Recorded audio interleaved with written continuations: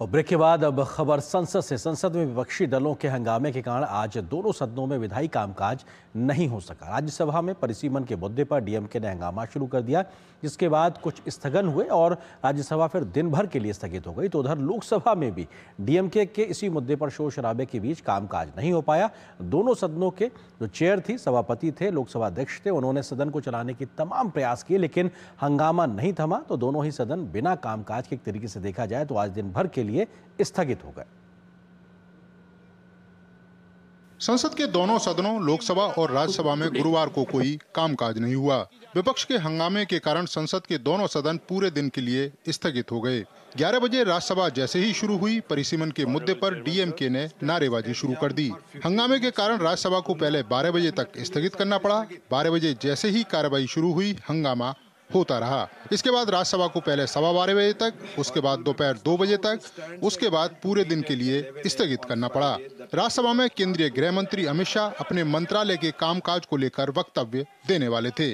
वहीं लोकसभा में भी परिसीमन के मुद्दे पर डीएमके हंगामा करता रहा, जिसके कारण लोकसभा को पहले 12 बजे, उसके बाद दोपहर 2 बजे और उसके बाद हंगामे के कारण पूरे दिन के लिए स्थगित करना पड़ा। लोकसभा अध्यक्ष और सभापति ने सदस्यों के इस व्यवहार पर आपत्ति उठाई है। सदन में स्पष्ट रखा है नियम संख्या 349, इसको आपको पढ़ना चाहिए।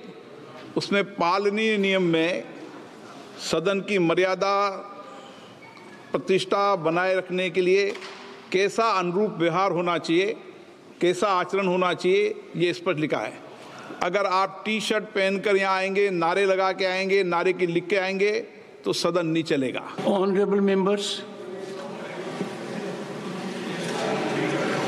I will be calling a meeting of the floor leaders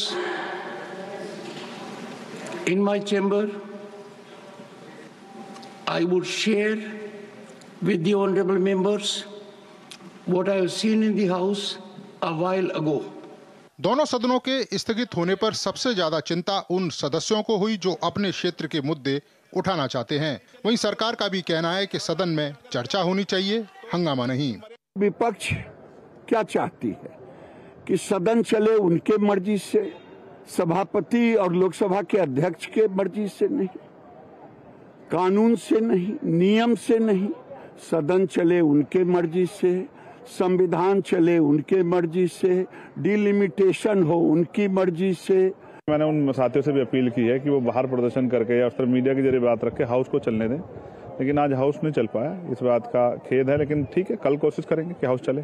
Lok Sabha अध्यक्ष, राज्यसभा के सभापति जी ने समस्या का हल करने के लिए ऑल पार्टीज लीडर्स की बैठक बुलाई थी, चर्चा हुई है। अब मैं समझता हूँ निश्चित रूप से इसका हल निकल आएगा। संसद के संचालन में आम जनता के करोड़ों रुपए प्रतिदिन खर्च होते हैं। जनता अपने प्रतिनिधियों से अपनी समस्याओं का समाधान चाहती है। सभापति और लोकसभा अध्यक्ष अपनी अपनी तरफ से संसद को चलाने की पहल कर रहे हैं। उम्मीद की जा रही है कि शुक्रवार को संसद के दोनों सदन सुचारू रूप से चल पाएं। शैलेंद्र, आलोक, ऋषि के साथ नीरज सिंह, डीडी न्यूज, दिल्ली।